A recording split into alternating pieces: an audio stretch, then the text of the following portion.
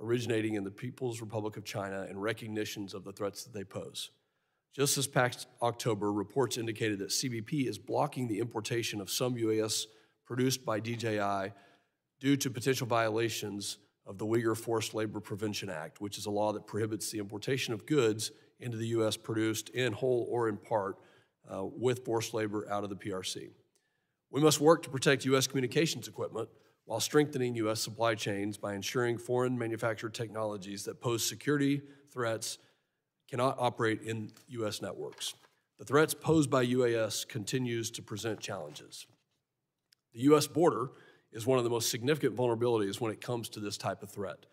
UAS have already been used to circumvent traditional border security measures such as fences, walls, and surveillance towers. UAS have been used to smuggle drugs and weapons across the border and surveil CBP locations for human smugglers to then evade detection. CBP officials have consistently raised concerns that Mexican narco-terrorist gangs are using weaponized UAS only a short distance from the U.S. border, and in many cases operating inside the United States. UAS also pose a significant threat to critical infrastructure, including power grids, oil refineries, airports, water treatment plants, and transportation systems. A single UAS carrying explosives could potentially cause widespread damage, interrupt services, and result in significant economic loss to our homeland. Additionally, recent events illustrate the diverse roles UAS have played in both state-on-state conflict and asymmetric engagements, such as those in Ukraine and Israel, as well as their use in potential intelligence gathering operations near sensitive military installations at home and abroad. We must learn from these conflicts to help protect our homeland security. DHS and DOJ were given counter-UHS authorities as part of the Preventing Emerging Threats Act of 2018, which became law as part of the FAA Reauthorization Act of 2018. The current authorities provided under the act are set to expire on December 20th, 2024, just 1 week from now. Over the past years, DHS and DOJ have used these authorities to engage in activities to protect covered facilities and assets against credible threats posed by UAS, notwithstanding laws such as the Wiretap Act or the Aircraft Sabotage Act that could otherwise limit such activities. It's imperative that we not only make sure that the current authorities are extended to protect our national security, but also work together to responsibly reform the current legal authorities that provide federal agencies with critical tools to mitigate credible threats posed by UAS. I'd like to applaud Chairman Green, as well as Ranking Member Thompson, for their bipartisan work alongside members on T&I and Judiciary for introducing H.R. 8610, the Counter-UAS Authority Security, Safety, and Reauthorization Act of 2024. This legislation will renew and reform current counter-UAS legal authorities. The legislation will also modify and improve counter-UAS authorities of the Federal Aviation Administration, enhance important protections for the civil liberties of Americans using UAS in a legal and responsible manner, and strengthen public safety in communities throughout this nation. For instance, the legislation requires DHS to establish a counter-UAS mitigation pilot program under which selected state and covered law enforcement agencies may operate approved counter-UAS mitigation systems and mitigate unauthorized UAS operations on behalf of covered entities at a number of sites each. Today, we're going to hear from experts in the fields of national security, law enforcement, defense, and technology who will provide insights into the threats posed by the UAS and family of systems to our homeland and efforts to address these challenges. And I just want to say, if you're watching the news today, we've had several incidents that have occurred and are occurring right now in places like New Jersey. Recently, we had an incident at Langley Air Force Base. The threat is real. This hearing, I think, will address many topics. Maybe we don't have all the answers that come out of this hearing, but my hope is that by having this hearing, by asking both the government and non-governmental panel, that we can get to the right questions, and we can, if we don't have the right policies in place, then let's get those policies in place. If we do, and the authorities are there, then let's figure out what we can continue to do to keep our homeland safe. There's many aspects of this, but the most important aspect is the safety and the security of every American citizen and the life that we live here. I look forward to hearing from our distinguished panels today and working in a bipartisan manner. I now recognize the ranking member of the Subcommittee on Counterterrorism, Law Enforcement, and Intelligence, the gentleman from Rhode Island, Mr. Magaziner, for his opening statement. Well, I thank Chairman Pfluger for calling this important hearing and all of my colleagues for participating. The proliferation of unmanned aircraft systems has created a technological arms race between criminals who use UAS technology to plot acts of terror, traffic fentanyl and other illegal substances, and invade the privacy of ordinary Americans, and law enforcement agencies tasked with keeping our homeland safe.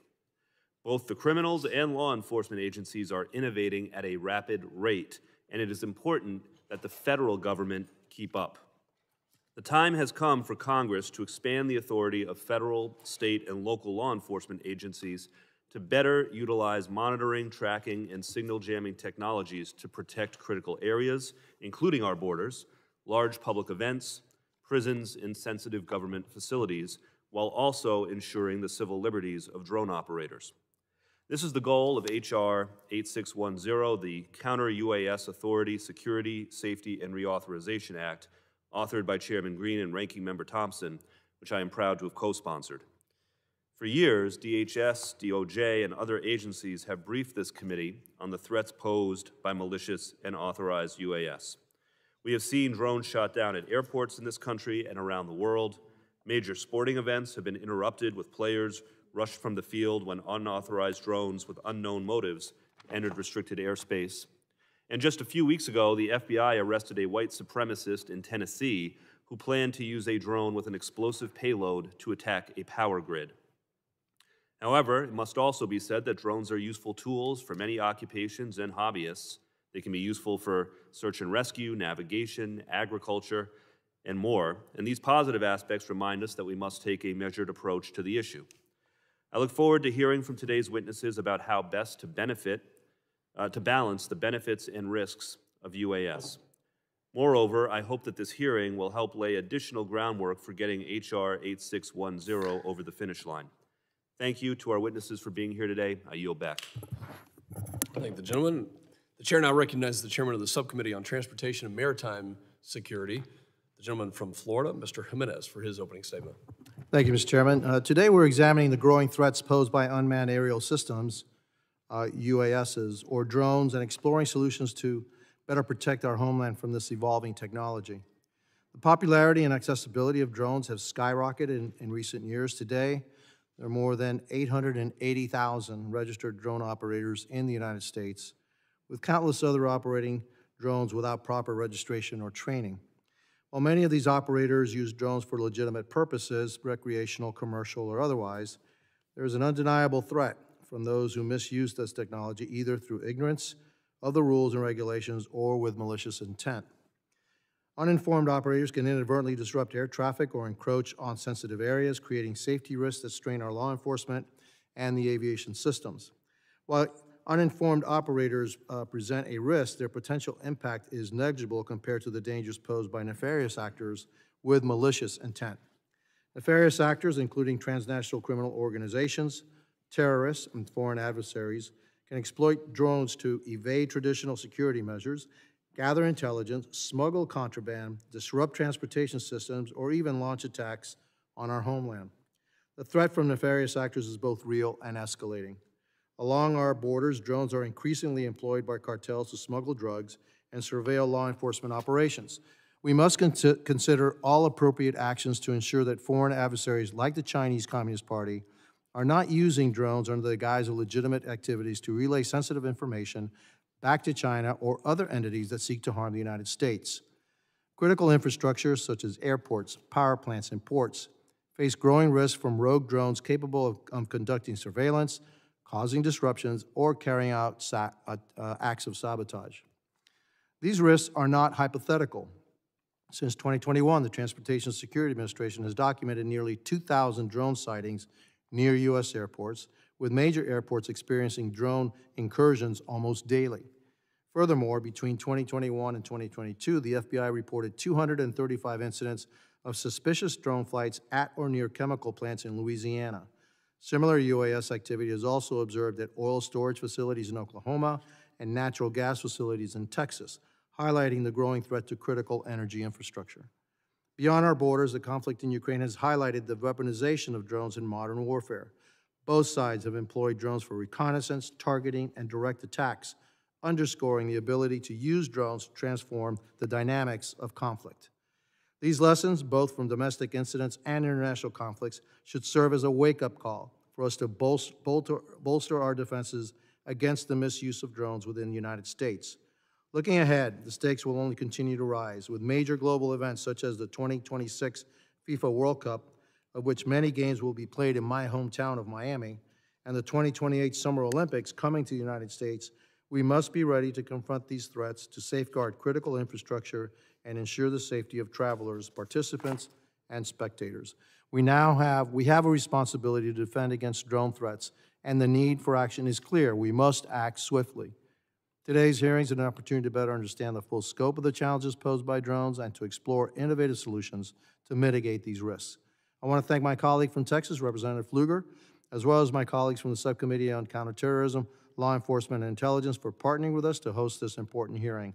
Thank you to our witnesses, Deputy Executive Assistant Commissioner Jones, Deputy Assistant Attorney General Wiegman, and Assistant Director Wheeler for appearing before the subcommittees. I look forward to hearing about how we can better counter rogue drones, safeguard critical infrastructure, and ensure our policies keep pace with this evolving technology, and I yield back. The chair now recognizes the ranking member of the Subcommittee on Transportation and Maritime Security, the gentleman from Michigan, Mr. Tanadar, for his opening statement. Good afternoon, and thank you to both Chairman and Ranking Member Magaziner for holding today's hearing, as well as to our witnesses for joining us. Over the past few years, the use of unmanned aerial systems, also known as drones, has become common across a wide range of applications. Drones have become increasingly affordable and useful within agriculture, law enforcement, search and rescue, photography, and other industries. However, as the airspace becomes more and more crowded with unmanned aircraft, we must ensure the government is prepared and empowered to protect the safety and security of U.S. critical infrastructure and the American public. In 2018, Congress enacted initial authorities for the executive branch to begin testing and operating counter-drone technologies, also known as CUAS technologies. Those authorities have kickstarted the interagency coordination and technology development needed to carry out such a complex effort, but the authorities remain limited and have relied on one short-term extension after another. I hope Congress will act early next year to advance legislation to extend and expand these authorities. As we do so, we must ensure the government's counter-drone activities appropriately protect privacy and civil liberties and do not have unintended impacts on the safety of the national airspace. As ranking member of the Transportation and Maritime Security Subcommittee, I am especially interested in making sure airports are protected from threats posed by drones. Already, we have seen major airports shut down due to errant drones causing significant delays. Introducing new technologies that affect radio signals is especially sensitive within the airport environment and other urban environment. So we must ensure such technologies are carefully tested. I look forward to hearing from our witnesses today about how Congress can push our counter-drone efforts into a new phase in a measured yet meaningful manner. Again, I thank our witnesses and my colleagues, and I yield back. Other members of the committee are reminded that opening statements may be submitted for the record. I'm pleased to have a distinguished panel of witnesses before us today on this very important topic, and I ask that our witnesses please rise and raise their right hand.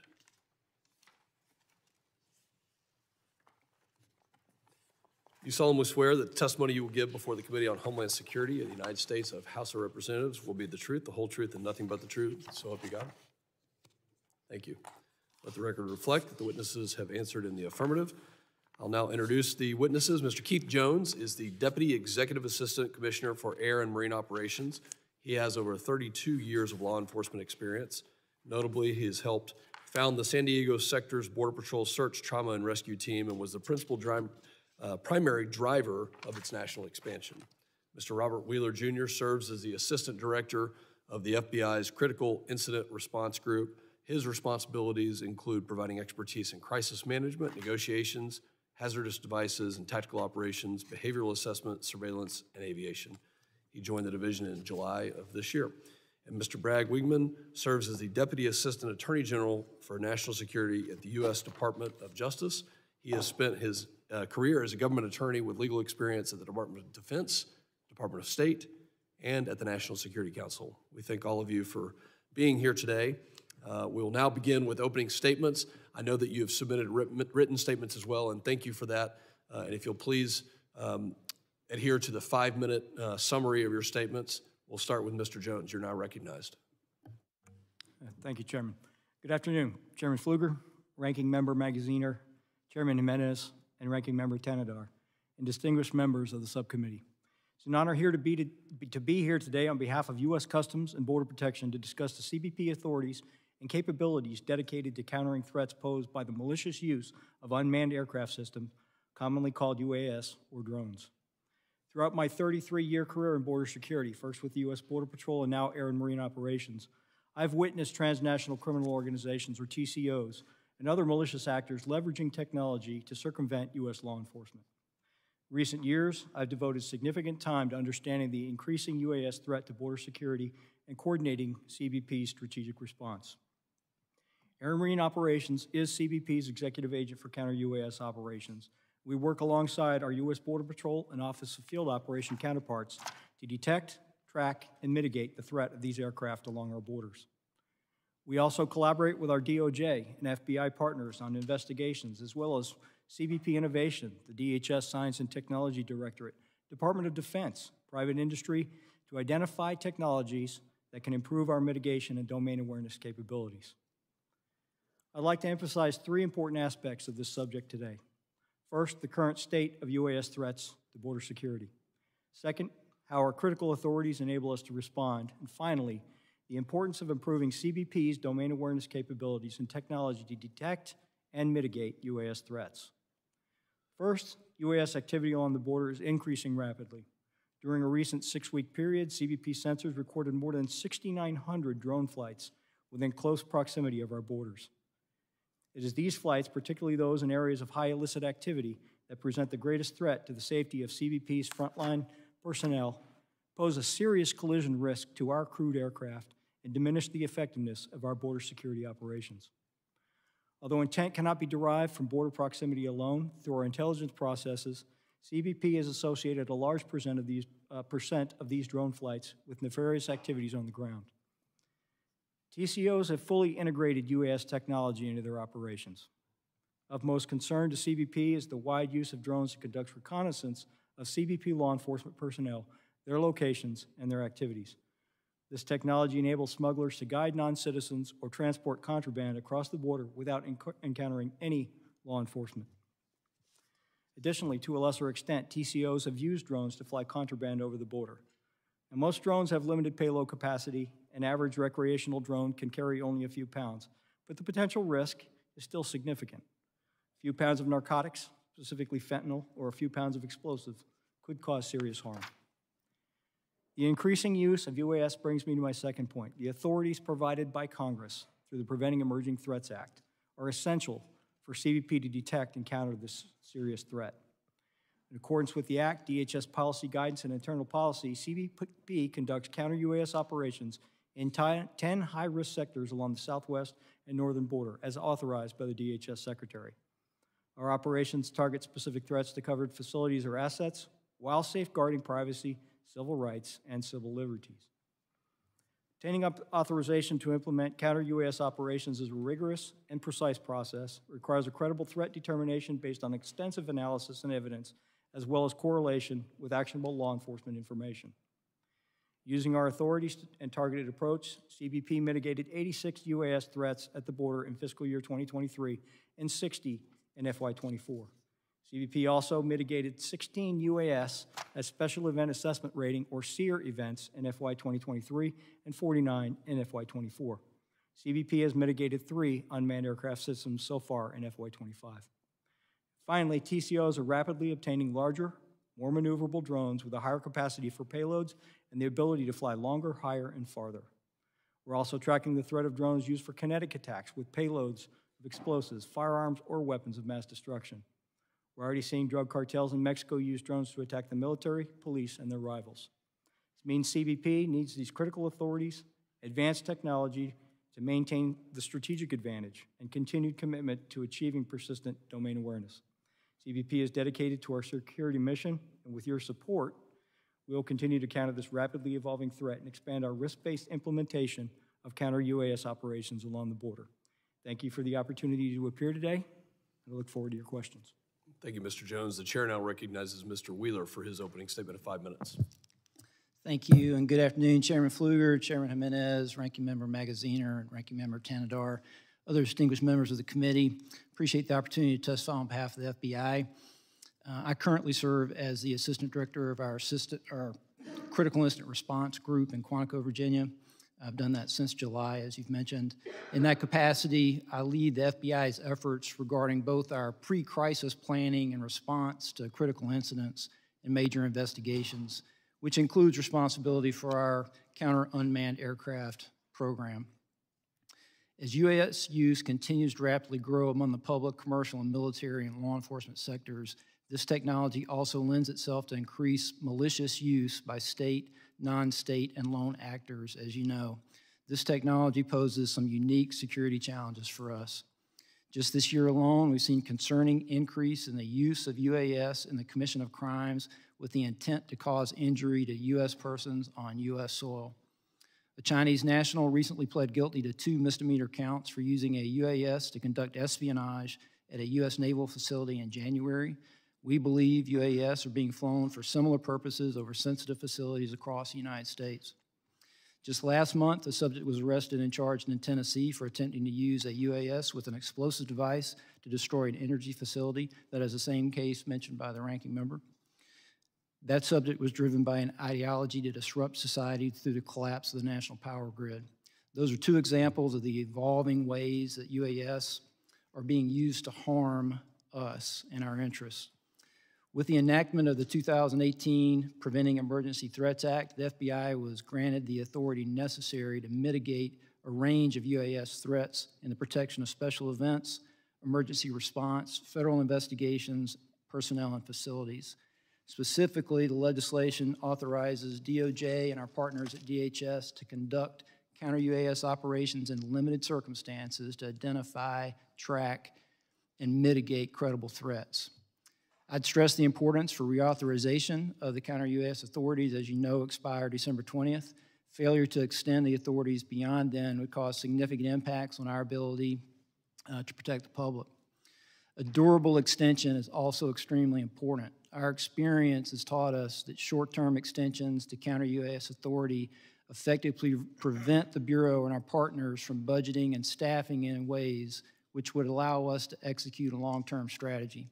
We know that Congress is considering extensions of 5 years or more, and we thank you for that consideration. The FBI strongly supports pursuing expanded counter-UAS authorities for state, local, tribal, and territorial partners as robustly and swiftly as prudently possible.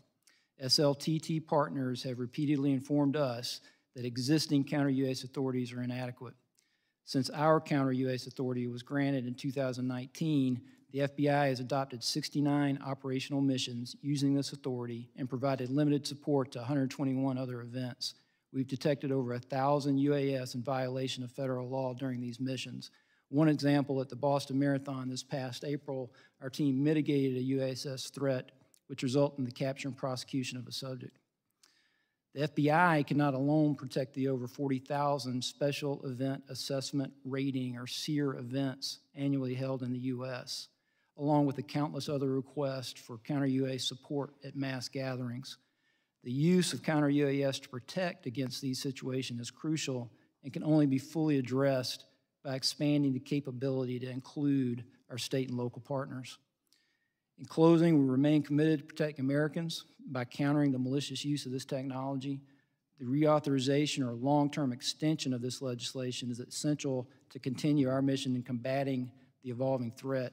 And we look forward to working with you in establishing sustainable strategies to mitigate the threat going forward. Thank you. Thank you, Mr. Wheeler. The chair now recognizes Mr. Weigman for his opening statement of 5 minutes. Thank you. Good afternoon, Chairman Pfluger, Chairman Jimenez, Ranking Member Magaziner, Ranking Member Tanadar, and other distinguished members of the committee. Thank you for the opportunity to testify on behalf of the Department of Justice. As my colleagues have just said, we are committed to continuing to work hard to protect the American people from the threat of illicit drone use. But to do so most effectively, we need additional legal authority. As drones become more and more prevalent in our airspace, merely continuing with our current authorities is insufficient to address the current scale of the threat.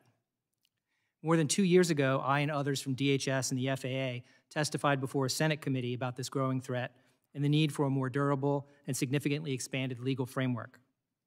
Since that time, the Congress has provided extensions of existing counter-drone authority while considering how best to expand it. We are very grateful that both the House and the Senate continue to agree that this authority must not lapse. The Department is eager to share with you the lessons gained from our experience to help reach consensus about how much and in what way to expand the existing law. Now, the reason we need legal authority is that without it, use of the most effective types of drone detection and counter-drone technologies could violate criminal laws, including those that prohibit destroying or disabling aircraft in flight and intercepting signals and communications. As has just been said, our current authorities will lapse within the next 10 days unless reauthorized. So our first priority is for Congress to reauthorize the existing law. But I know that this committee and others have also been working on legislation to go well beyond that, and we are eager to work with Congress on a bill that will help keep the American people safe. Now, as described in our written testimony, the two most important issues for us are, number one, broadening the types of sites that law enforcement can protect from nefarious and suspicious drone uses. So, for example, to cover, as was mentioned in the opening statements, airports and critical infrastructure like power plants and chemical facilities. So we need to expand the types of sites that can be protected. And then number two, as my colleague from the FBI just mentioned, it's about empowering state and local law enforcement and operators of critical infrastructure to engage in counter-drone efforts themselves nationwide. This is not a job the federal government can do alone. The FBI can only cover a tiny fraction, less than 0.5% of the tens of thousands of events throughout the country each year that might need counter-drone support to protect public safety. So the demand for protection across the country just vastly exceeds available federal resources. To be clear, this activity can and must be done while safeguarding Americans' privacy and civil liberties. The technologies that we employ typically detect only communications being passed between the operator's controller and the drone to detect its activities, to direct its activities. They do not extract text messages, email, or internet search histories from phones or tablets used to control drones, nor do they allow law enforcement to listen to voice calls. We collect information such as the drone vendor and model, the drone and controlling device serial number, the geolocation of the drone, the location of the controller, and the most recent takeoff and home location. This is very much like the information required to be broadcast by manned aircraft, and which is now required under FAA's remote ID regulation to be broadcast by drones as well. And we use this information to further investigate when a crime involving a drone is suspected. As required in current law, DOJ would continue to have guidance that contains explicit protections for privacy and civil liberties and associated training. And state and local law enforcement, if empowered to engage in this activity, would be required to adhere to the same rules. I appreciate the opportunity to testify today. I'd be happy to answer your questions. I thank the witnesses for their opening statements. Members will now be recognized by order of seniority for 5 minutes of questioning. An additional round of questioning may be called after all members have been recognized, and also knowing that we have a second panel. I now recognize myself for 5 minutes of questioning. Let's just start with current events, and I'll ask an open-ended question. What is going on in New Jersey?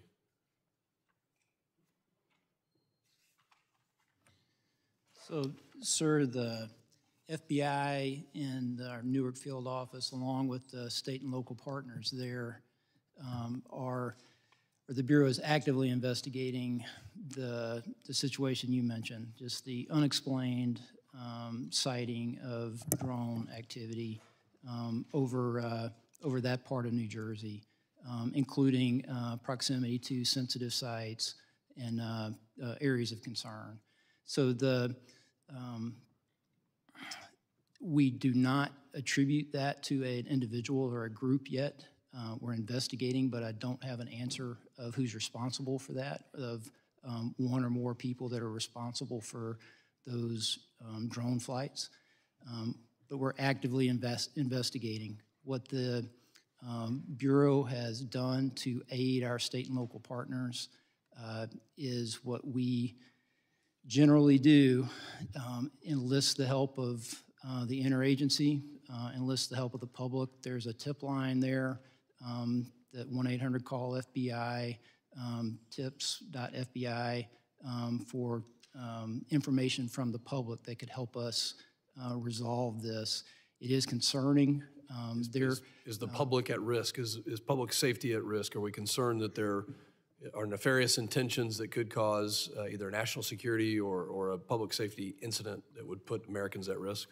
There's nothing that is known that would lead me to say that, but we just don't know, and that's the concerning part. I think the fact that we have these unknown drones, UASs, that are flying over either critical or sensitive facilities is exactly why we're having this hearing. And Mr. Jones,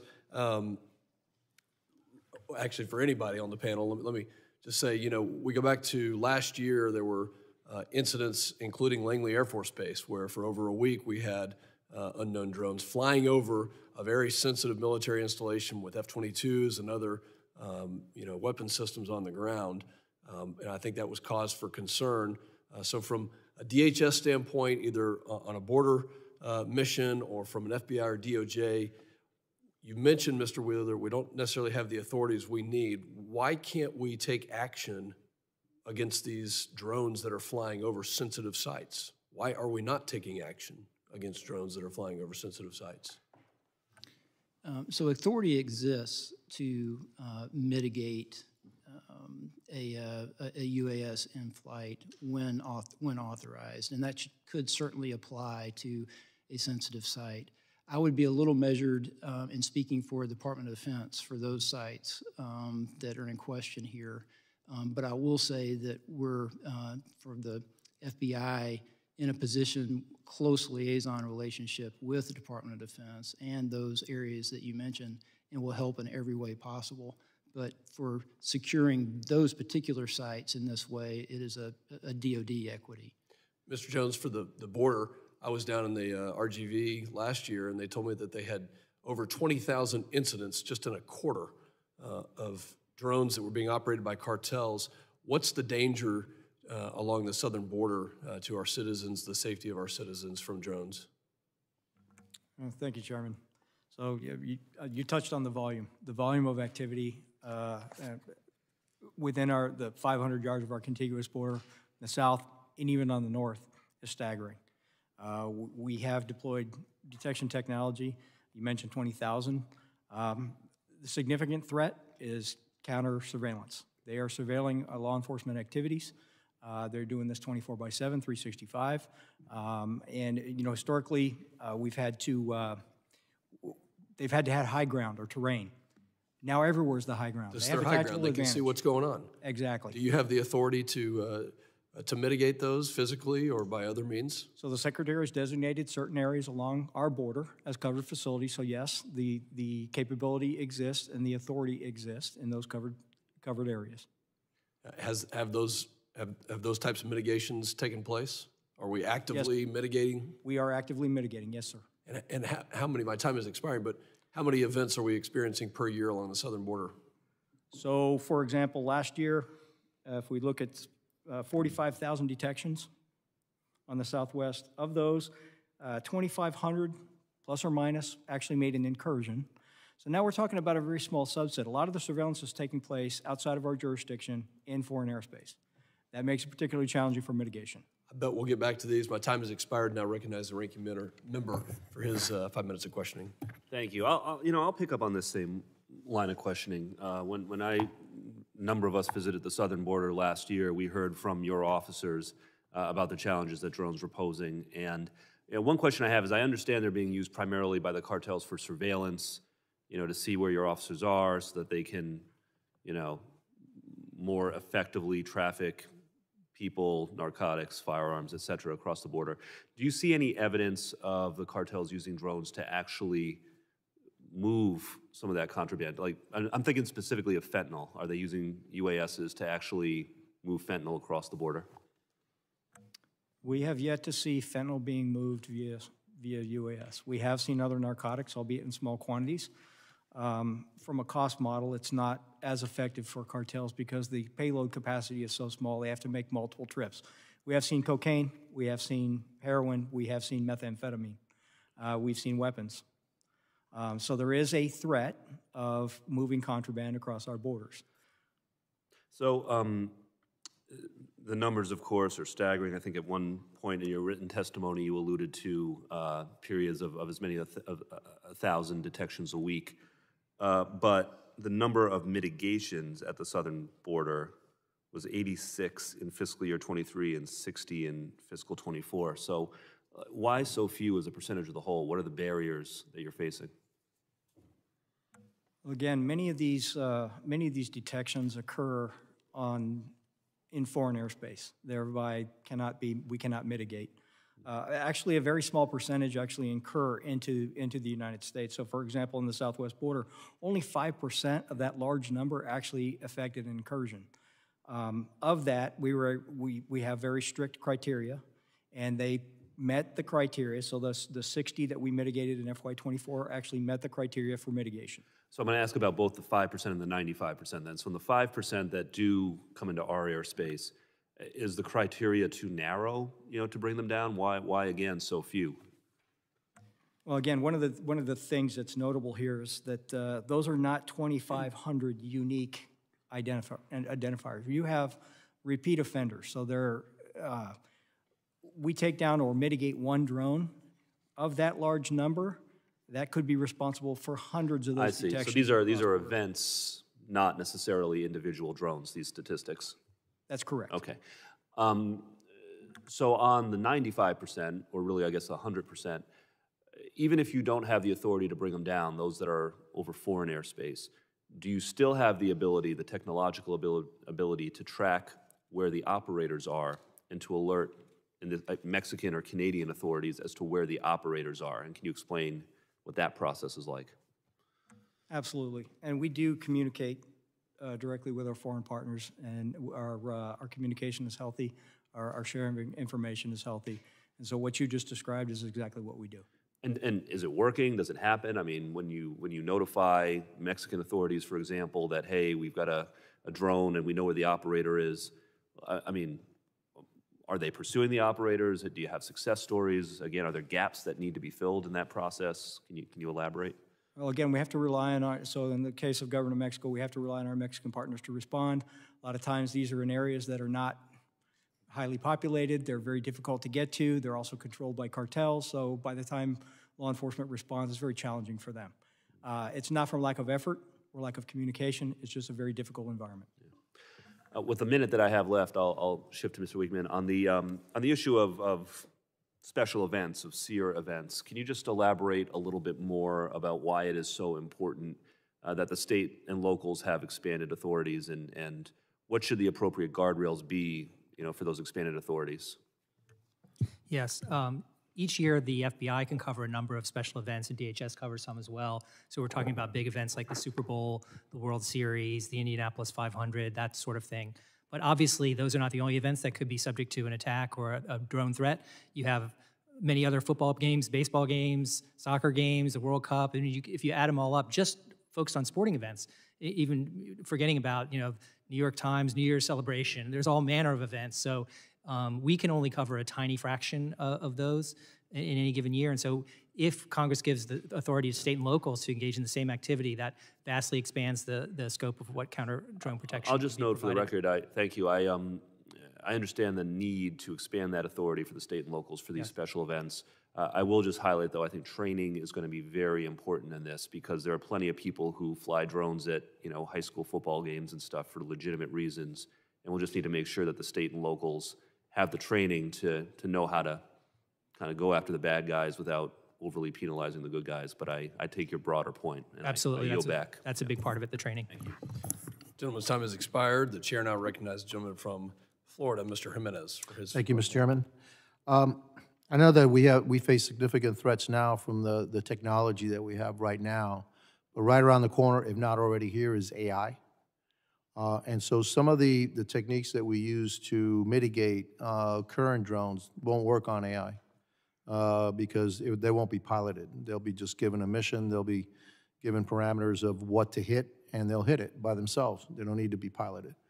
Do we have any capabilities to actually go kinetic, actually knock these things down, either through some kind of a projectile or with high energy that fries the systems? Do we have any of that available anywhere? Thank you for the question. So without tipping our hand to our adversaries, I think it would probably be best, and we'd look forward to providing you a detailed briefing on our capabilities, kind of where our heads are at on, and we share your concern. Yeah, because I think that not only concerns me in as far as Customs and Border Protection and our personnel, but also airports, large events, et cetera, where these drones can be used for really destructive purposes. And so I'm really, really worried about that.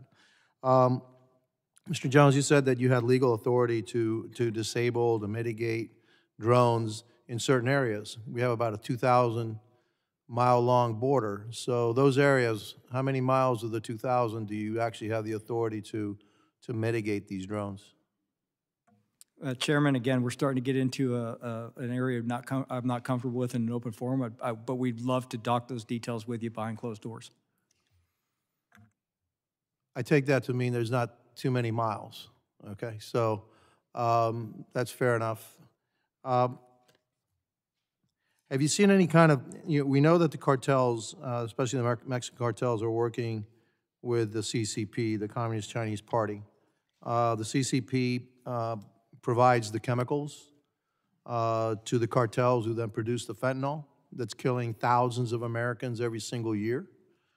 Do you see any link between, we see that link, do we see any links between the CCP, China, and the drones, the technology that's being used to surveil our border, and it's being used to help the cartels in their quest to transport people, drugs, guns, everything into the United States?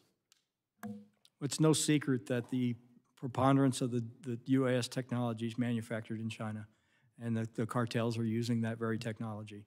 We share your concerns. There's a reason why we don't use Chinese drones. And whether they knowingly or unknowingly are potentially collecting information for the government of China.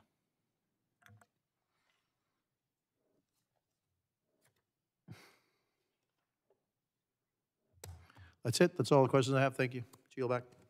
Gentleman yields. The chair recognizes Mr. Tanadar for his questioning. Thank you, Chair Fluger.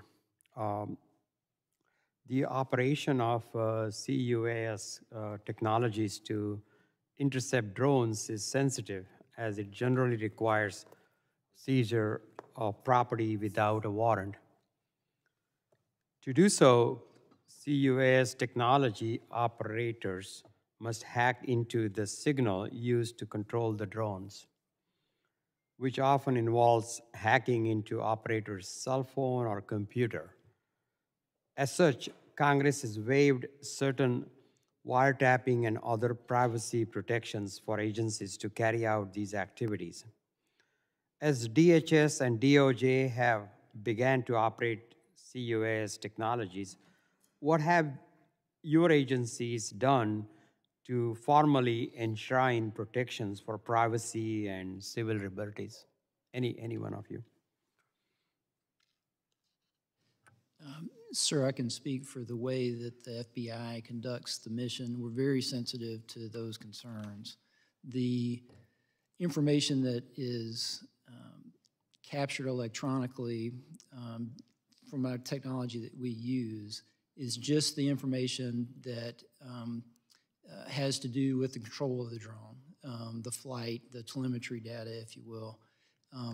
Even if it is being operated by a personal device like a cell phone, for example, the technology that we use does not capture any other information from there, and we're very sensitive to how that is collected. And whatever that information that we collect, we don't maintain it if it's not threat, if it is not part of a case. If it is part of something that we investigate, then our regular guidelines of legal process and how we would maintain evidence apply.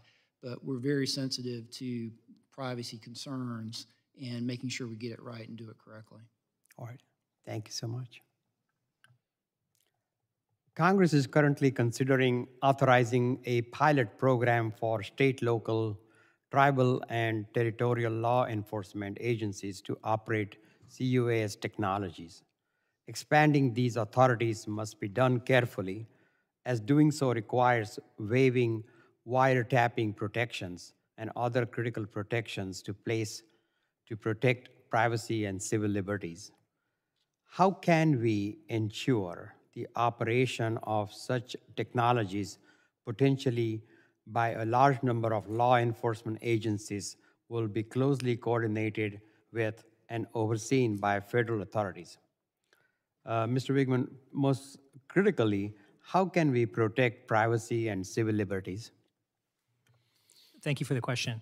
So if the pilot program, the state and local pilot program that you mentioned is adopted, there would have to be, the law would require training for all state and local officials. It would also require them to follow the same procedures that my FBI colleague just mentioned in terms of the type of technology they can use, the type of data that they can collect, the rules of engagement, what type of facilities they can correct. So if they do it safely, they'd have to work with the FAA.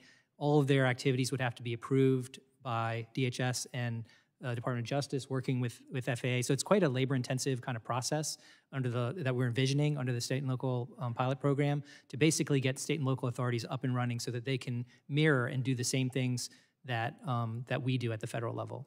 And that includes protecting privacy and civil liberties. Thank you. Thank you so much, and I yield back. Gentleman yields. Chair now recognizes the gentleman from North Carolina, Mr. Bishop. Thank you, Mr. Chairman. How do I pronounce your name? Is it Weigman? Or It's Wigman. Wigman. Yeah. Mr. Wigman, I want to bore into this just a little bit more. So, and some of the questions have indicated and the answers indicate you got to be careful about revealing specific technological things. But I noted one thing when you were testifying, you said that the reason you need expanded authorities, I believe I got this right, is that the effective technologies to deal with this could violate laws on intercepting aircraft in flight and intercepting transmissions. Did I get that correct? That's right.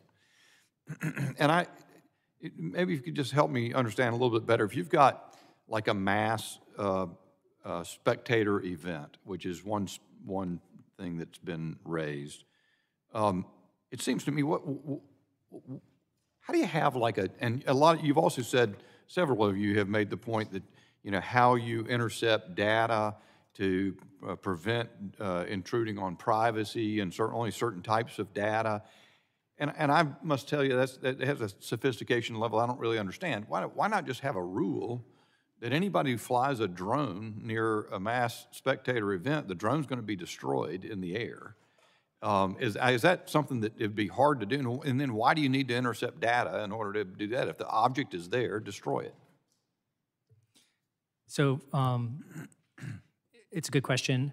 I think the way it works, as I understand it, and my colleagues can talk about this operationally, if you had, let's say, a football game, and you would have a perimeter, it would be declared as a temporary flight restricted area. Okay. So around that, you're going to have a buffer zone. You have an area where it's a no-go, and then you have a larger area around that where you might want to detect what's flying, and then you have a larger area around that where you might be tracking, but regular commercial drone use is okay.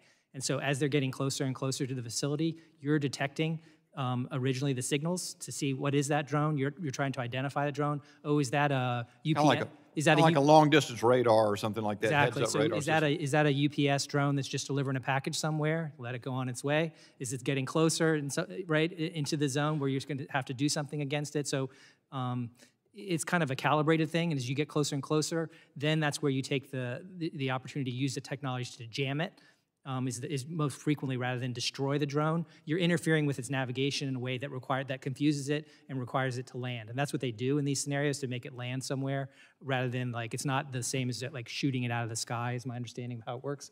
You're instead using electronic things to bring it down. So that's essentially how it works.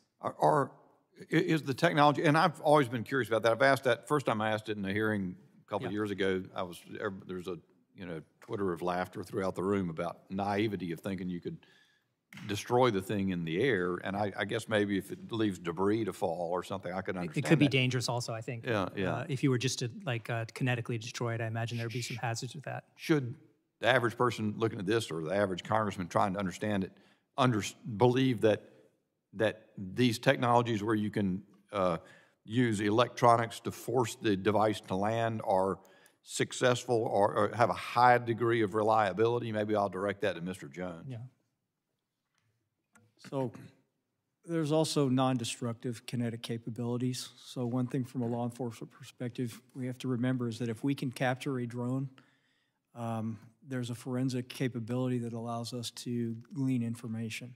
Yeah. And so that's important to us, as well as avoiding or minimizing any collateral damage. We have to be very careful in any application of force in public areas, responsible law enforcement, first do no harm. Is any witness able to testify? Because what you've essentially laid out is we've had a series of short-term reauthorizations of what you had, the authorities that now exist, and the issues you want to expand the authorities. And I have concerns, especially after a variety of ways in which I think government authority has misused power to intercept information or learn information about the American people and has gone too far. What are the, can anybody describe what the hesitancy is and why they're not significant, or why they should be overruled and proceed with this more expanded authority? Mr. Wigman?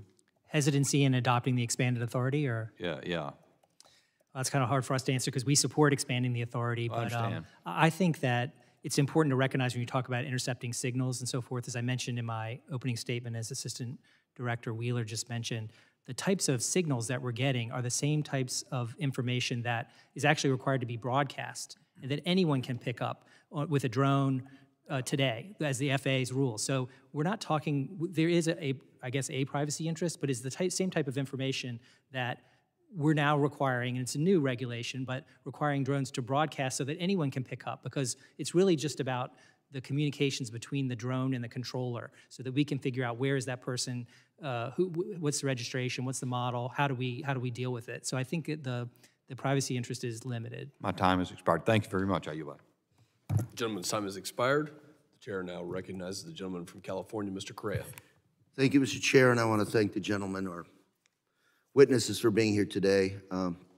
Very timely issue for all of us. I think your testimony and the questions show that a little bit of a tension here between private property, private rights, but I think the bigger one here is protecting public safety. A couple of times back home, I had the chance to see some drones flying over my house, looking in my backyard. Frustrating, angry, didn't have any kinetic weapons with me, so they came and went. But on a serious note, I'm home to Disneyland. Worldwide, it's still viewed as an American private enterprise symbol. I've got the Anaheim Ducks Arena, OC Vibe that's being built right now, the Anaheim Ducks, SoFi Stadium nearby, World Soccer Cup coming to our area very soon, Olympics coming soon. So target-rich environment, so to speak. And what you're saying, Mr. Wigman, specifically, you said that federal government does not have the bandwidth to really protect all of these sites, yet we're still not at a point where we can share the authority information with state, local, federal authorities. And I hope we don't have to wait for a federal law to be passed to get there. My local sheriff in Orange County has a fusion center. Fusion centers exist across the nation where federal, state, local, FBI every agency collaborate, share information, because when it comes to these drones, time is of the essence.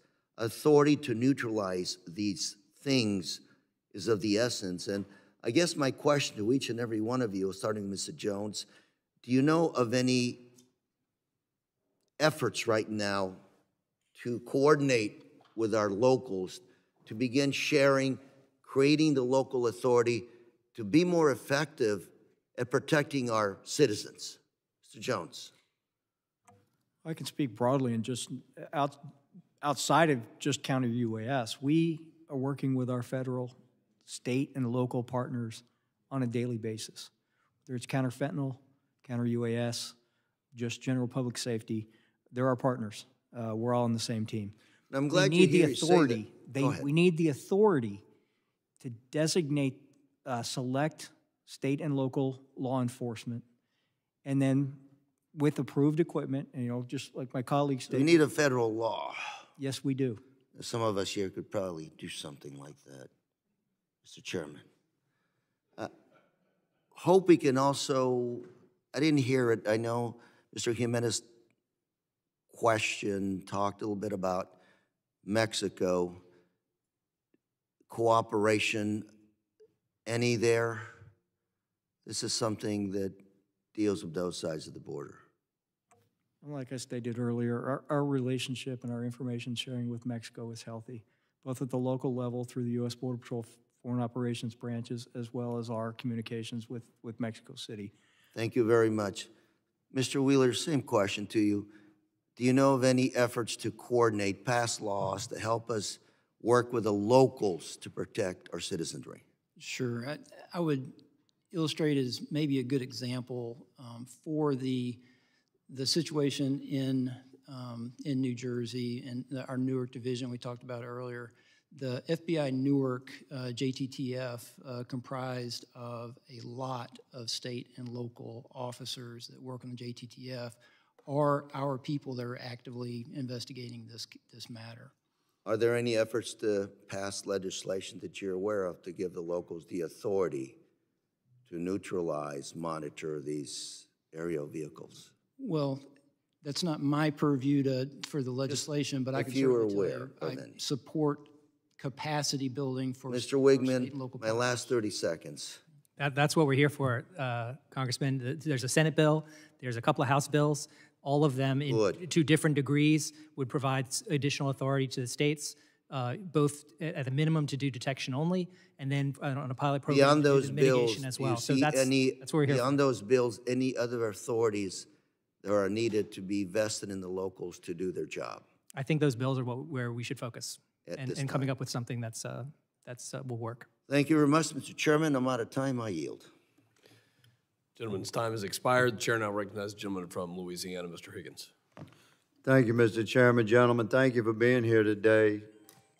It's been referenced that there are federal laws against intercepting aircraft or intercepting communication signals, and it's been cited today regarding the absence of a specific federal law authorizing local law enforcement to use existing technologies to mitigate against an unmanned aerial system threat or a drone threat. Let me say that, Mr. Chairman, I believe that the 10th Amendment already extends such rights to the sovereign states. And let me say that the current law, the current federal law that authorizes specific federal law enforcement agencies to use existing and emerging technologies to mitigate against unmanned aerial systems. Yes, that authorizes those specific federal agencies to deploy that technology, but it in no way does a current law prohibit the rights of the sovereign state to authorize their own state and local law enforcement to use existing technologies and emerging technologies in a law enforcement capacity. Mr. Wigman, is it against the law for one American to strike another American?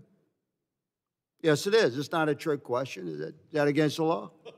You know, obviously it depends on the context.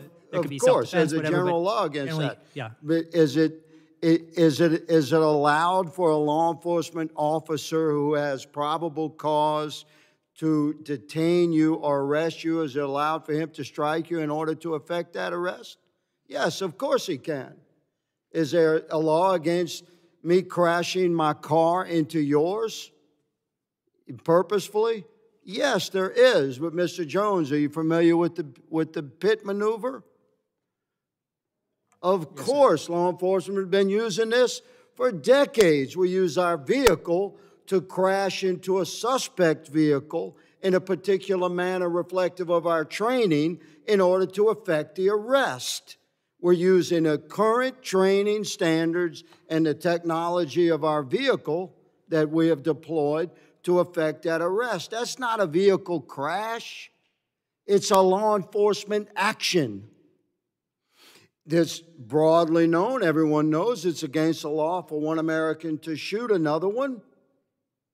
But a law enforcement officer, in order to effect arrest, if he needs to escalate to lethal force, we know a law enforcement officer has that authorization through federal and state laws. So, yes, there's plenty of laws. You guys love to cite these laws that exist so we cannot intercept an aircraft. We understand that. But if intercepting the aircraft is a law enforcement action, which using existing technology to mitigate against an unmanned aerial threat, Mr. Chairman, these technologies exist, and absolutely our local and state law enforcement entities should have access to the same technologies that we seem to be very protectively reserving for only select federal agencies. So, Mr. Jones, you had stated earlier, good sir, and thank you for wearing the badge, my brother. You had stated earlier that yes, you're deploying these systems, but please clarify for America that there are great restrictions on actually deploying the technology to land a drone. You're using the technologies primarily to track criminal drones, but you're not using that technology primarily to land drones, which is what the technology does. Am I correct in that assessment or not, Mr. Jones? Well, both are true. We are using technology to track the drones. We are also using technology and electronic means to intercept and land the drone at a place of our discretion. And give us the numbers by percentage. If you track 100 drones, how many are you landing? Well, like I stated earlier, for FY24 Southwest border, we actually landed 60 of them, mitigated 60 of those aircraft. 60 of the 45,000 that you encountered? Well, there you go. That's what I'm saying. You're using the technology to track, but you're not using the technology to fully mitigate. So this is what we've been talking about for a year, Mr. Chairman. This technology, by 10th Amendment right, belongs to the sovereign states, and they should be allowed to fully deploy it. Thank you, Mr. Chairman. I yield. Gentleman's time has expired. Chair recognizes the gentleman from Texas, Mr. Gonzalez. Thank you, Chairman. And, you know, sometimes I feel like I'm in the twilight zone up here. Like month after month, people come before us, they testify, and you don't get a lot of answers. And it's concerning, it's frustrating. You're telling me we don't know what the hell these drones are in New Jersey are? Is that correct? That's right. It's crazy. I mean, that's crazy. That's madness that we don't know what these drones are. You're telling me that a lot of these, Mr. Jones, you're telling me that 90%, 95% of these drones along the U.S.-Mexico border, we can't interact because they're not in U.S. territory? That is correct. A large proportion of them stay in foreign airspace. I'll tell you what, there are a lot of Americans that are very frustrated right now that are essentially questioning, where are my taxpayer dollars going? You know, this Doge craze that's kind of starting to take hold, this is very real. I mean, this is going to come. People are going to have to come before the carpet, and they're going to have to explain every single line item, what do you do here? What does this get? And so let me ask a very specific question. Mr. Wheeler, how much of the FBI budget goes towards counter-UAS? So the technical part of operational budget that I have within the critical incident response groups, just less than 500,000. 500,000? That's nothing. Why is it so low? Well, I don't. And I wonder we don't know what the hell is going on. 500,000. So that number doesn't capture the FBI Newark investigation, for example. The budget allocation for what we're doing investigatively is not captured in that number, but for the technology we use and the way we deploy it, just under 500,000. We want to help you. I mean, this is a committee. The chairman's putting this together because we want to know these topics. So the American people deserve to know the truth on this, and we also deserve to have actions on it. And if it's a budget issue, no problem. But it's also what is our money getting us? Clearly, not a whole lot. And something needs to change, though. I'm trying to figure out what that something is. It just, month after month, it's the same old, same old. From a CBP standpoint, Mr. Jones, do you know what the current budget of CBP is for counter-UAS? I can tell you that direct appropriations for counter-UAS was zero last year. Zero. So CBP yeah, took it out of Hyde, and we will continue to take it out of Hyde. Now, I can't tell you exactly what that number is. I have a general ballpark, but we can discuss that. I provide that as a get back to you.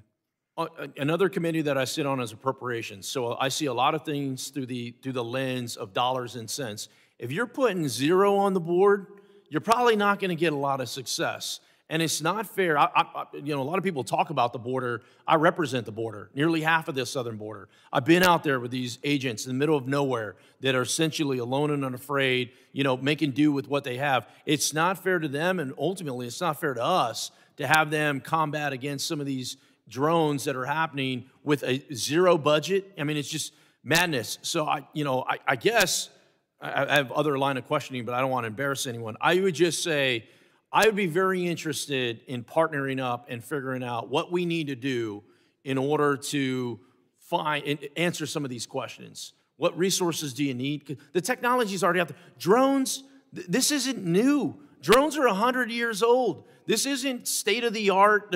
Drones are old technology. The fact that we don't know what's flying in our airspace is only the tip of the iceberg, what's to come. We have to fix this.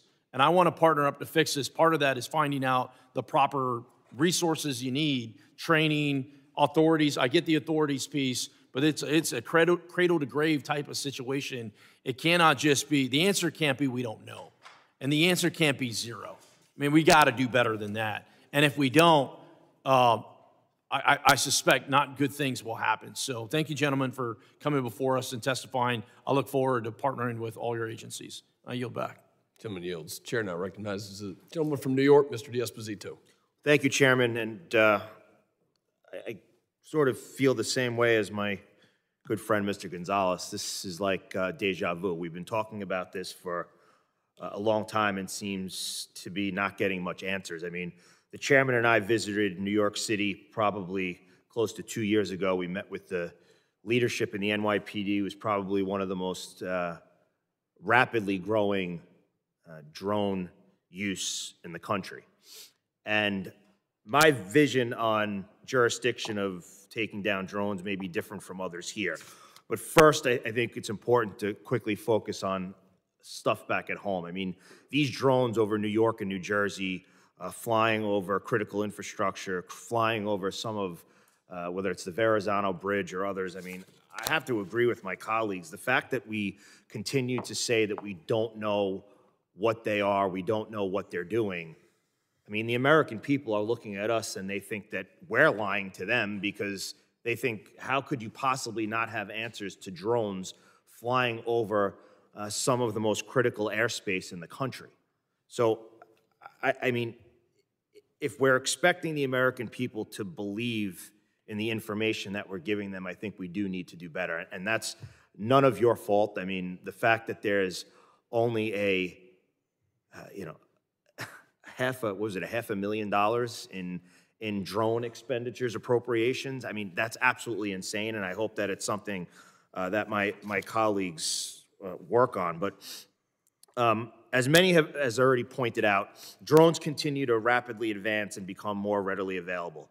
Along with the expansion, threats from drones being used by bad actors have only increased, as all of you have mentioned. Right now, counter-UAS authorities are restricted from local law enforcement agencies, leaving it largely in the hands of federal agencies. So, Mr. Wigman or Mr. Wheeler, very simple questions. Do federal agencies have the ability to assist local law enforcement agencies with their counter-UAS capabilities everywhere and every time it's needed? Not today. That's what we're seeking from the Congress. Yep. Yeah, that's absolutely correct. Are there events and places that would benefit from counter-UAS capabilities that federal agencies are simply not able to cover? Absolutely. There are. Yes. All right. In your submitted statement, you both said, quote, we need to empower state, local, tribal, and territorial law enforcement agencies across the country, which are primarily responsible for keeping our citizens safe at the local level, to take the steps needed to protect their communities from the emergency threat. This past year, right in my district, in the middle of my district in Nassau County, we hosted the 2024 International Cricket World Cup, including the India-Pakistan match. While there were drone-related threats from ISIS ahead of the tournament, the federal government was only able to assist with their counter-UAS capabilities for a small portion of the tournament. What is the current impact of local law enforcement not having these authorities? And I'll leave that to any of you. Well, I think that's the main thing, is the capacity. We need more capacity to be able to do the mission, and we strongly support state and local jurisdictions having that capacity and the authority and the ability to help. Right.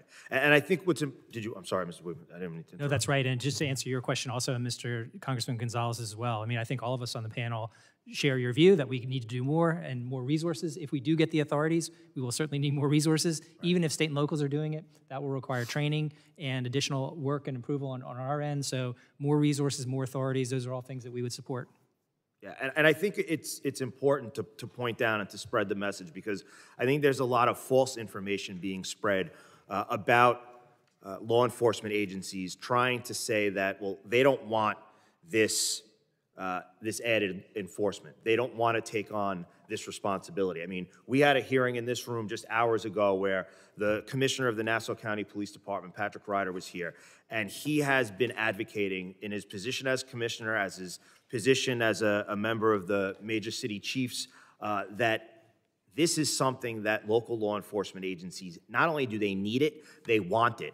And I think that we have the opportunity throughout this country to make sure that law enforcement agencies, there is some sort of consolidation. There are many law enforcement agencies that border one another that could help each other deal with this, I'll call it a burden, but this added burden.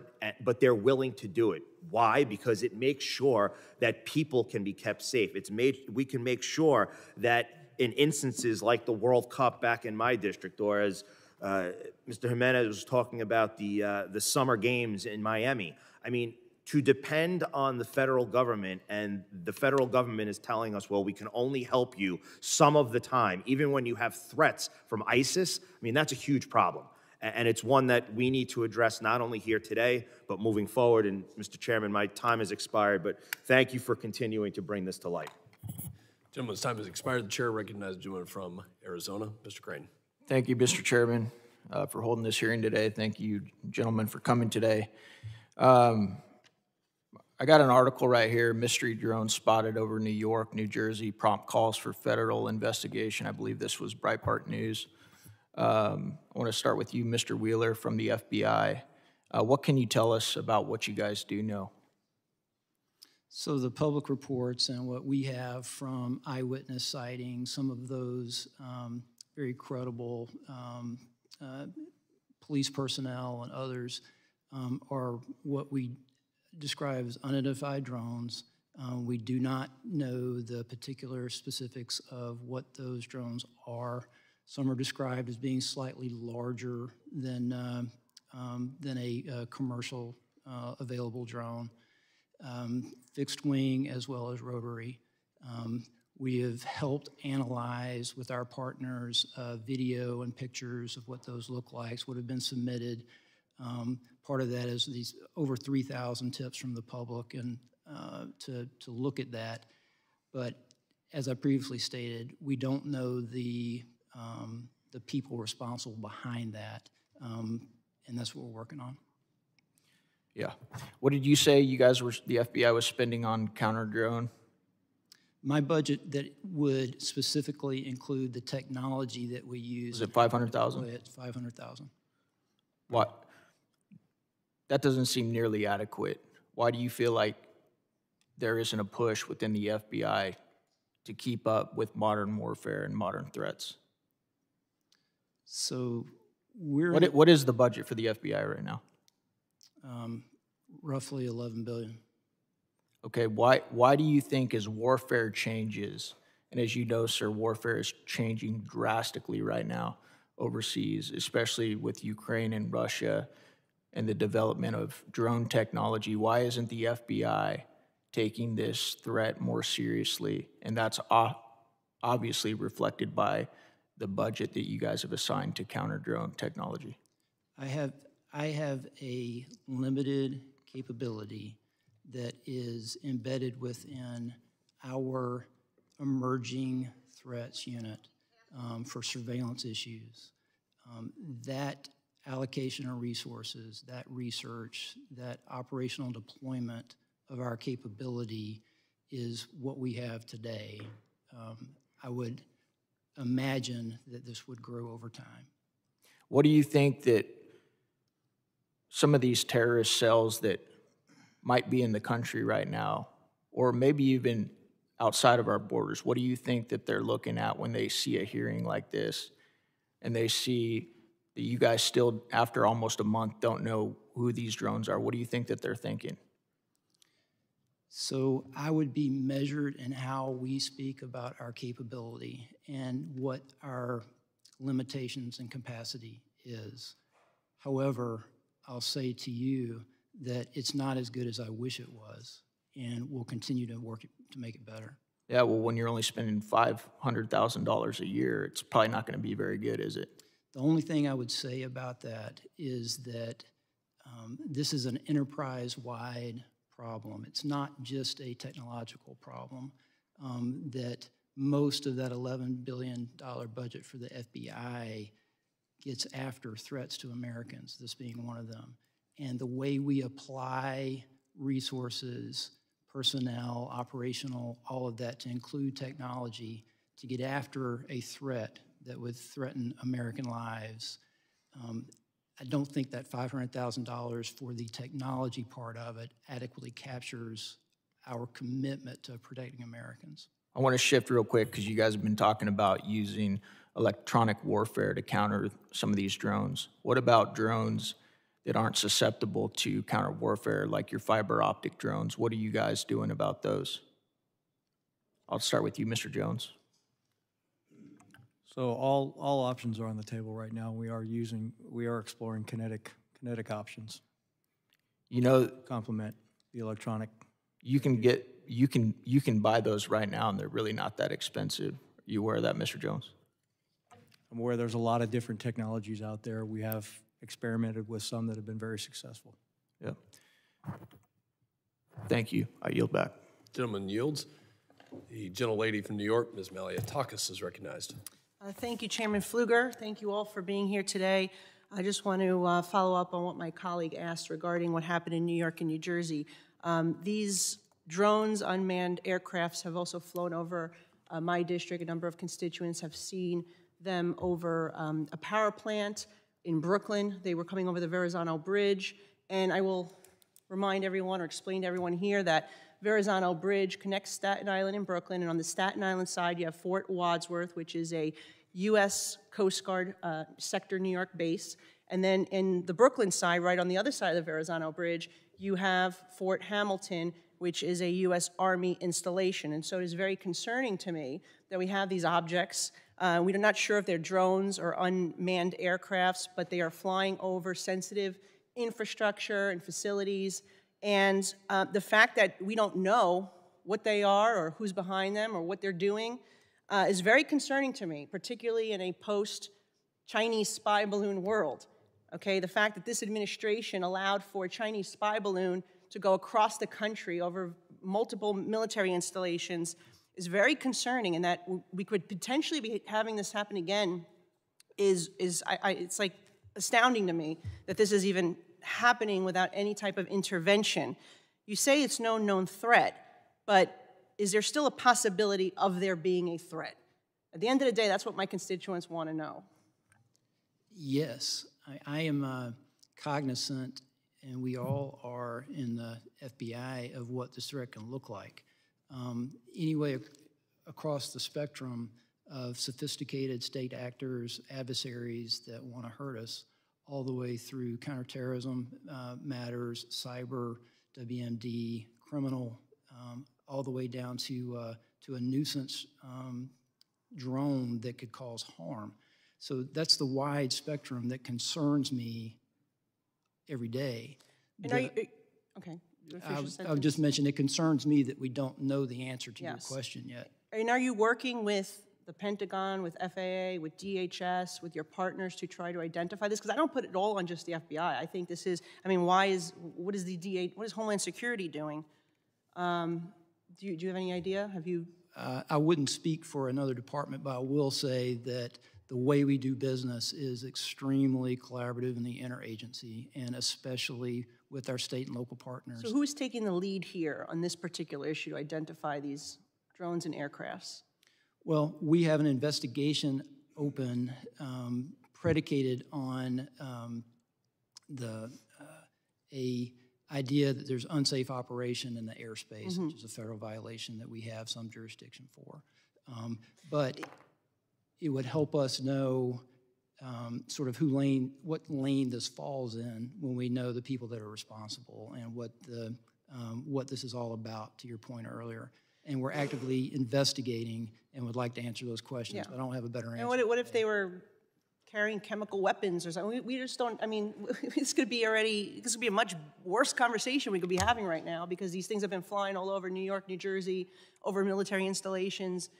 I don't know, I don't know what's going on there, but these agencies need to figure it out and try to get to the bottom of what's going on. I think it's very concerning. Is there a possibility, if hopefully it is not a threat, is it a possibility it would fall under this System Assessment and Validation of Emergency Responders program, the SAVER program?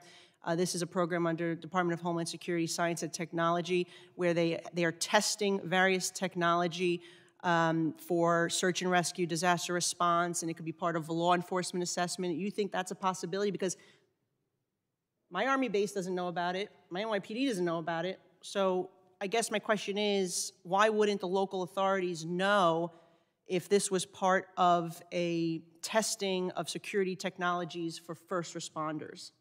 So I don't know that to be the case, and I couldn't really comment on that. Okay, well, just again, I would love to speak to you offline at some point and maybe share some information with you, but I would really just urge if you could speak to your colleagues and counterparts in these other departments, and because we need to get to the bottom of what's going on here. And if it is something that is not nefarious and is one of part of these public safety applications that are being tested, they need to coordinate with the local authorities. So my guys in New York, NYPD, they know that it's not a threat.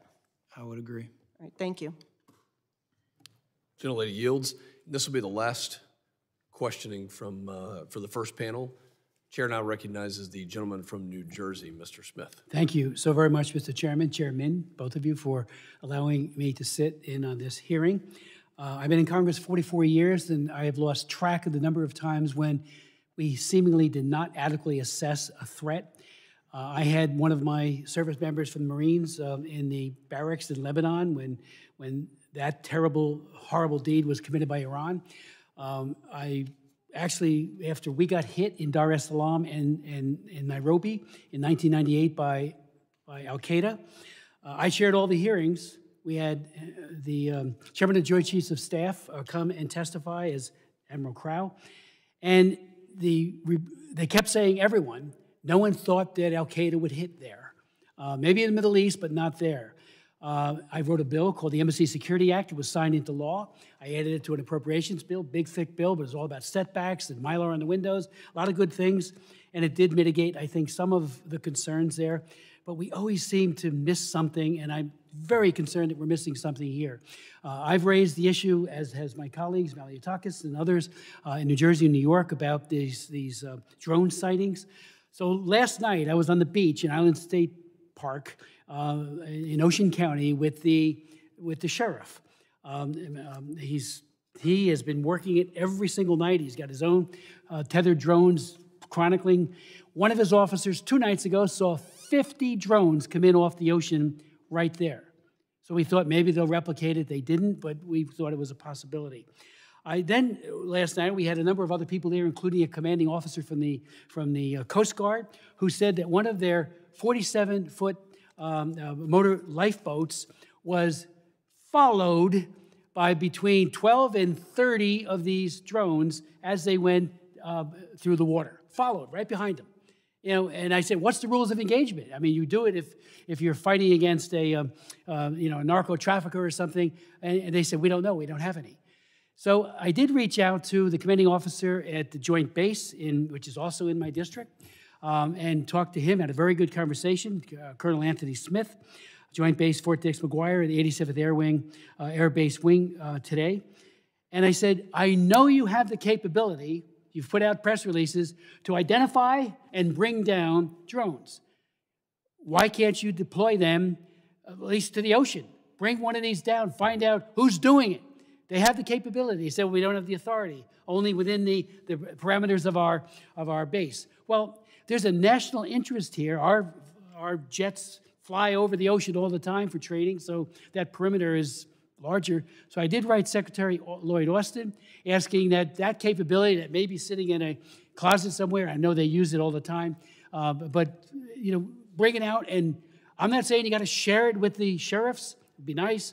Just do it yourself in the interest of the American public. So I would ask if you would echo that request. I mean, DOD's got the capability, and maybe Homeland Security does as well. When we had a Zoom meeting with Secretary Mayorkas, our governor put it together, and I appreciated that.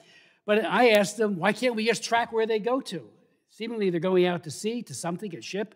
We don't know for sure, but they come in off from the ocean. So the question really is, can't we just get DOD to share?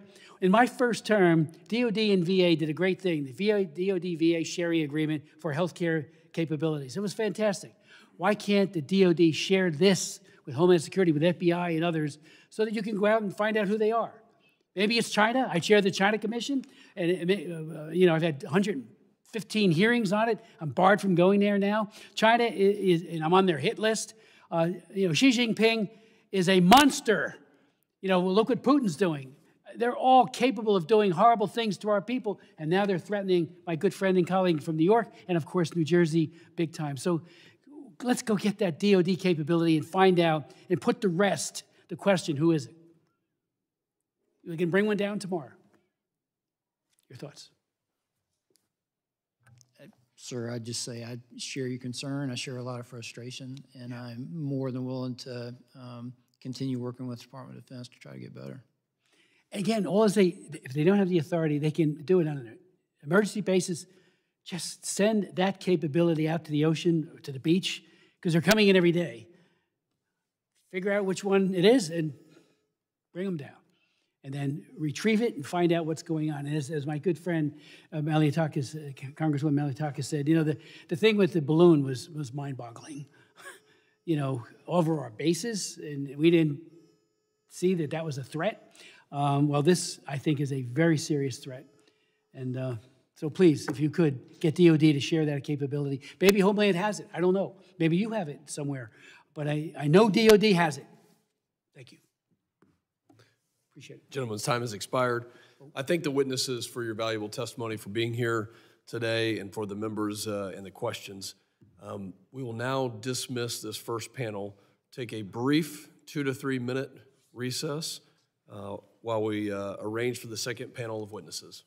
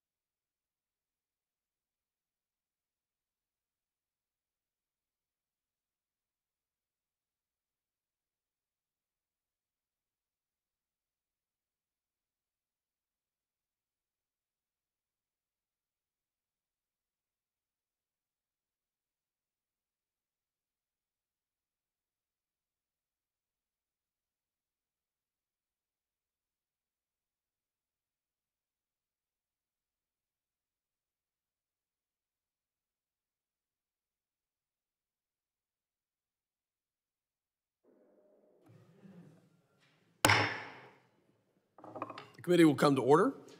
I'm pleased to have the second distinguished panel of witnesses before us today on this very important topic, and I ask that our witnesses please rise and raise your right hand. Do you solemnly swear that the testimony you will give before the Committee on Homeland Security of the United States House of Representatives will be the truth, the whole truth, and nothing but the truth, so help you God? Thank you. You may be seated. Let the record reflect that the witnesses have answered in the affirmative. I'd now like to formally introduce our second panel. Mr. Jeffrey Baumgartner serves as the Vice President for National Security and Resilience at Berkshire Hathaway Energy, and Dr. Paul Schwedesen serves as the Co-Director of the Global Strategy Decisions Group, also my classmate from the United States Air Force Academy, class of 2000. Thank you for being here, and we will now recognize Mr. Baumgartner for your opening statement of 5 minutes. Chairman, ranking members, and members of the subcommittees, thank you for inviting me to testify. My name is Jeffrey Baumgartner, and I serve as the Vice President of National Security and Resilience Policy at Berkshire Hathaway Energy. Today, I want to discuss how unmanned aerial systems threaten critical infrastructure. Berkshire Hathaway Energy businesses provide reliable, secure, low-cost energy to more than 13 million customers in the U.S., Great Britain, and Canada. Our commitment to our customers requires us to secure our infrastructure from all threats, including those posed by unmanned aerial systems. Critical infrastructure is the backbone of our economy and security, yet energy sector infrastructure and the transportation, communications, and water sector infrastructure we rely on face increasing threats from UAS, and the stakes for ensuring resilience and security could not be higher. In recent years, UAS technology has become more accessible, affordable, and advanced. While these innovations offer immense potential, like enabling faster damage assessments of energy infrastructure, they also empower malicious actors. Adversaries can use UAS to surveil facilities, deliver hazardous payloads, disrupt operations, and even conduct cyber intrusions. The Department of Homeland Security's 2025 Homeland Threat Assessments highlights UAS as a persistent and growing risk to critical infrastructure. This warning isn't hypothetical. Last month, federal agents arrested an individual planning to use a UAS to attack an electric substation. I hope we can proactively address the UAS threat before a significant incident occurs. Despite the pervasiveness of the threat, existing federal laws and regulations have not kept pace with the rapid proliferation of UAS technology. Current frameworks primarily address safety and airspace management, but lack robust provisions to counter malicious UAS activities. This leaves critical infrastructure companies vulnerable to increasingly sophisticated threats.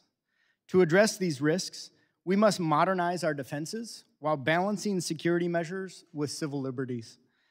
A comprehensive strategy that incorporates technology innovation, appropriate legal frameworks, and public-private collaboration is essential. I hope we can prioritize the following actions. Number one, grant critical infrastructure companies limited authority to deploy advanced detection and counter-UAS technologies. Investments in cutting-edge counter-UAS systems will ensure we can address current and emerging threats effectively. Two, identify formal mechanisms for sharing actionable information about UAS threats and enable law enforcement at all levels with the tools and legal authorities to address UAS threats effectively. The third is advanced research and development.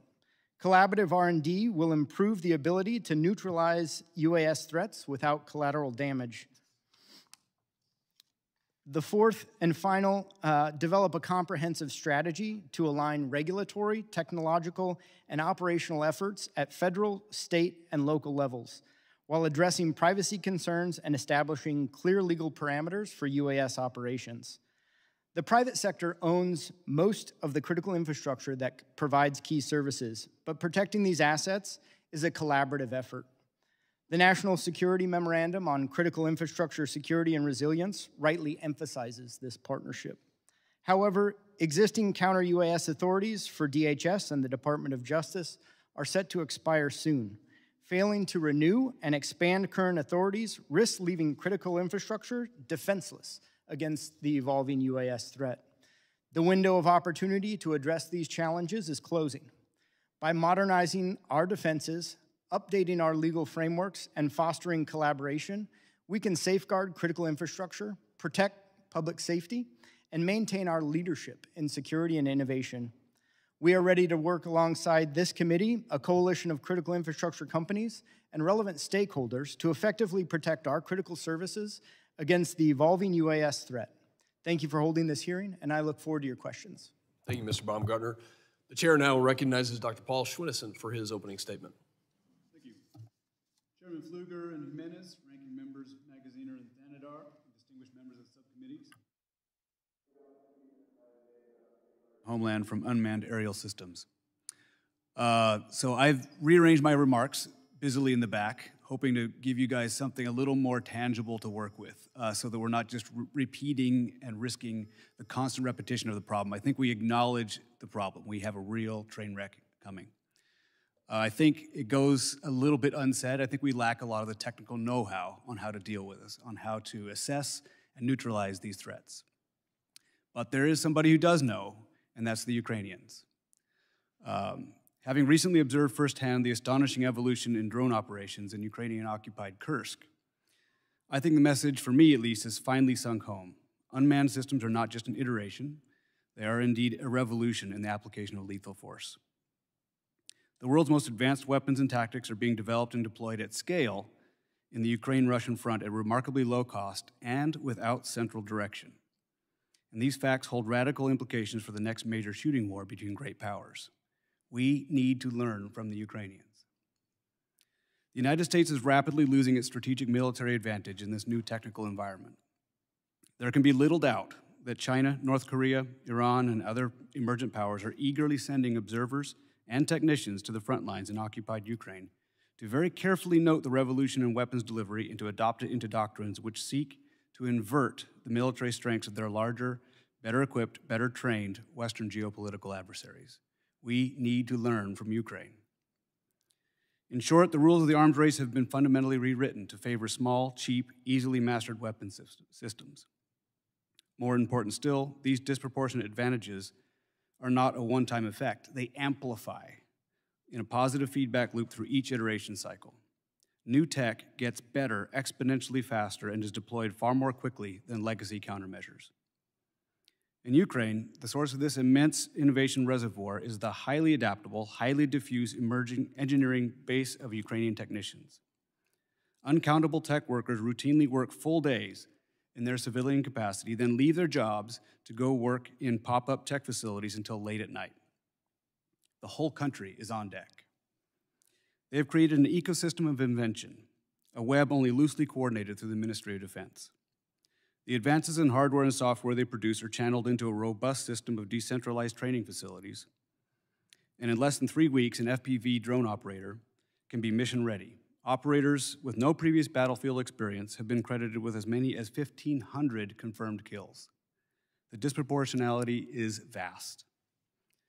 And this is perhaps the main takeaway in a total war peer-to-peer scenario.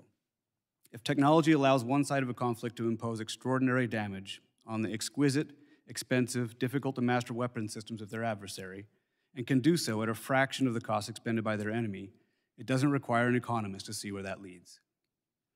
It is easy to be a critic, but I am convinced that the United States and its NATO allies have a very narrow window of opportunity to address this major shift in comparative advantage. Current operations in Ukraine have shown what a scrappy, innovative force can do to a large, hidebound military machine. It would be well to take note. So some of the scenarios looking forward. I think the most likely is that the U.S. will fall behind the leading edge of UAS development and deployment and will only start to respond in the aftermath of a crisis, and we're seeing some of that already in New Jersey. We don't need a Pearl Harbor or a 9/11 to wake us up. We're already awake. We need to deal with this now. So the best case is possibly, conceivably, that we can avoid this kind of depressing scenario through a well-orchestrated demonstration. Historical examples such as the sinking of the Ostfriesland, Air Force people know this well, show that it is sometimes possible to break entrenched paradigms by publicly demonstrating the current system's vulnerabilities. When understood by the right audiences, these demonstrations can shift doctrine development and tactical training in new and constructive ways, preferably before the lessons are learned the hard way. We need to learn from Ukraine. It's time to get a task force to mop up information, go out there, sponge this stuff up, and learn from what they're doing, and learn this information from in theater and get up to speed as soon as possible. Thank you. Thank you, Dr. Schwinneson. The chair will note that we had a third expert on the panel, Mrs. Kathy Leweir from the National Football League, unfortunately unable to join today. However, the chair asked unanimous consent to enter Ms. Leweir's testimony into the record. Without objection, so ordered. Now recognize myself for 5 minutes of questioning as we did prior. Dr. Schwinneson, I'd like to focus on something here. Policy versus technology. What is our issue right now? Is it not enough technology? Is it not keeping up with the technology? As you mentioned, maybe we're being outmaneuvered in a lot of cases by the Russians, and the Ukrainians may have some information that we can learn from. Or is it a policy issue here as we protect the homeland, or is it both? Yeah, I do think it's both. I think it's a combination of the two. I think we have created a policy thicket of bureaucracy that basically stifles the innovation space, right? I do think we have a technical know-how problem, or at least we know for a fact that Ukrainians have a technical know-how solution, right? And I think if we're able to reduce some of the bureaucratic barriers to innovation, allow people to tinker and experiment and learn at the operational military level, this needs to happen like yesterday, right? We can't do the same old business of doing a 2.5-year request for proposal and wait for things to come back. We just can't do this business as usual. We do not have that time. As we sit here, you listen to the testimony. We currently have UASs flying over New Jersey. We heard from Mr. Smith in New Jersey that they were flying over Coast Guard vessels last night. How is this possible? Why are we not responding? What do we need to do, and what actions need to be taken? Yeah, that's a very difficult one to answer. Of course, I can't speak for them, but I have a suspicion that people are frozen with fear of what would happen in an administrative situation in which they took action and they were punished for doing so. That they shot down a drone, God forbid, and the debris hit somebody's house, and all of a sudden they're on front page news. And so people are acting out of a sort of sense of self-restraint here, which is being promoted by our policy environment. So when it comes to technology, we need to focus on our offensive technology, lessons learned in the Ukrainian conflict where they're leveraging UAS systems everywhere. We need to focus on our counter-UAS technology, and our policy needs to improve in order to counter it and give the authorities that we need while protecting privacy of citizens here. Yep, I would say so, absolutely. I'll come back to you in a second. Mr. Baumgartner, what's the most catastrophic event in the energy industry, critical infrastructure, that we need to be thinking about and planning for to prevent? I mean, luckily we haven't seen a significant incident. I think from an imagination perspective, certainly something with a payload like the gentleman from Tennessee who was planning an incident to drop a payload into a substation. You could imagine that at a larger scale and impacting or identifying more critical infrastructure from generation to substations, or even on the pipeline side, a liquid natural gas import-export facility. So my district, the Permian Basin, 6 million barrels a day, needs to be protected, and the authorities, in some cases, as you recommended in your testimony, should be delegated to private companies, in some cases, to both identify and also mitigate if needed. I think that energy infrastructure in your district should be considered to be protected. Now, how that gets to a place where we can do that as the private sector, there are probably steps to get there. We have great relationships with local, state, federal law enforcement, and are happy to take an intermediary step to work with them to ensure that we understand the technology, the appropriate technology is in place, and we can implement that technology in a future state. Thank you.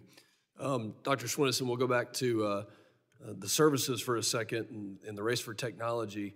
Let's focus on the Air Force, our alma mater, the Air Force Academy. How would you characterize the responses that we're seeing out of DoD, specifically the Air Force? Are they doing it fast? Is it neat in its approach? Or is it just average? Yeah, right. I think it is below average, it gives me no pleasure to say that, but I think we are not taking it seriously enough. Again, it is as if everyone sees the train coming, everyone agrees the train is coming, and yet no one is taking any steps to get out of its way. Everyone is assuming that somebody else is doing it, and there's just no sense of urgency or coherent activity to address this issue. And again, that's easy for me to say. It's easy for me to throw spears from the sidelines. But I do think that one of the things we can do is leverage our very good relationships we have with Ukraine. We've given them a lot of resources, and they are quite willing and eager to give us something back in return for it. We should be mopping that information up right now. We should be sending people there right now. Thank you very much. My time's expired. I recognize the ranking member for his questioning. Thank you, Chairman, and thank you both. Dr. Schwenenson, I want to begin by commending you and thanking you for your assistance to the Ukrainians. I have to remind, unfortunately, some of my colleagues from time to time that Vladimir Putin is not our friend, that the cause of the Ukrainians is the cause of freedom and democracy, and that Russia continues to pose a threat not just to Ukraine, but to American interests all over the world. And so I just want to thank you for the work that you're doing over there, because that is the front line of freedom today. Thank you. I was interested in your written testimony when you expressed some skepticism in the effectiveness of signal jamming technology to mitigate risks from UAS on the battlefield. I was wondering if you could expand on that. Why are you sort of skeptical about the effectiveness or the promise of signal jamming and other counter-UAS technology on the battlefield and also writ large? Sure. I claim no engineering expertise in drone warfare, but all I can do is say what I've seen, which is that in the world's most intense EW battle space, which is the Ukrainian-Russian front at the moment, it is an electronic warfare chaos, right? And so what people used to think about the ability to jam drones, which is what some of the speakers we had here are talking about, which is 2 years old, which at this point is effectively a century-old obsolete information. Jamming doesn't work the way we think it does. And there are so many new developing technologies on countering the counters, right? They've already gone multiple layers ahead of us. At this point, they're doing AI pixel lock technology that doesn't have any RF frequency whatsoever. They're doing ambush technology where they're not needing to have any kind of communication between operator and drone. So, again, I don't know the specifics beyond what I've just seen, the tip of the iceberg, which is that, the jamming solution is not a one-size-fits-all, that's the silver bullet. It might be a piece of a suite, but that's only a piece. Yeah. And I recognize that you've thought about this in sort of the DoD space more perhaps than Homeland, domestic law enforcement, et cetera, but I imagine the lessons are transferable. What do we need to do specifically in order to go from being laggards to leaders on this? You referenced procurement issues and kind of speeding that up. You referenced, bringing a spirit of I guess, inventiveness and innovation. But are there other specific things? I mean, is there training that we should be looking at deploying across the federal government? Is there some kind of specific workaround to procurement rules that you would recommend? Like, what are the nuts and bolts of what we should be doing in order to take back the advantage? Yeah, I do think Yankee ingenuity is one of our comparative strengths, and we need to take advantage of it. And one of the ways to do that, this is not an especially sexy solution, so I say that with apologies in advance. But I think one example of an idea is to, at the DoD level, get drones down to the absolute operational level of units, so they can begin to tinker. There is as Elon Musk says, move fast and break things. You need to learn on the fly. You need to learn in the trenches how these things are operated. It isn't enough to do this from a centrally managed, top-down approach in which we're going to go through this entire typical cycle and then deliver the tool to the warfighter wrapped with a ribbon. It doesn't work that way anymore. We have to give it to them and let them develop it on the fly. Empower the people on the front lines to innovate. That makes sense. Mr. Baumgartner, I apologize, I only have a minute left, but I wanted to explore this importance of the cooperation between private industry and particularly state and local law enforcement. What are the best practices there that you've noticed, and are there things that we can do to support those kinds of collaborations? Well, we work very hard to establish and maintain those relationships in all the states and localities that we serve. I think it does become about manpower and hours spent in doing that collaboration, and so there are certainly challenges to maintaining that. But I think fusion centers are a great opportunity to engage in a wide variety of state and local efforts at one location. I think there are other similar opportunities, like in our sector, we have the Electricity Information Sharing and Analysis Center that also convenes those state and local partners in a regional fashion, and we're able to effectively have those conversations and maintain those relationships in that forum as well. Thank you both. Thank you, Ranking Member, and I recognize myself for 5 minutes, and I'm not going to take 5 minutes, but Mr. Swenson, I totally agree with you that we have a problem here in the United States in dealing with these systems, not only for warfare, but also for protecting the homeland.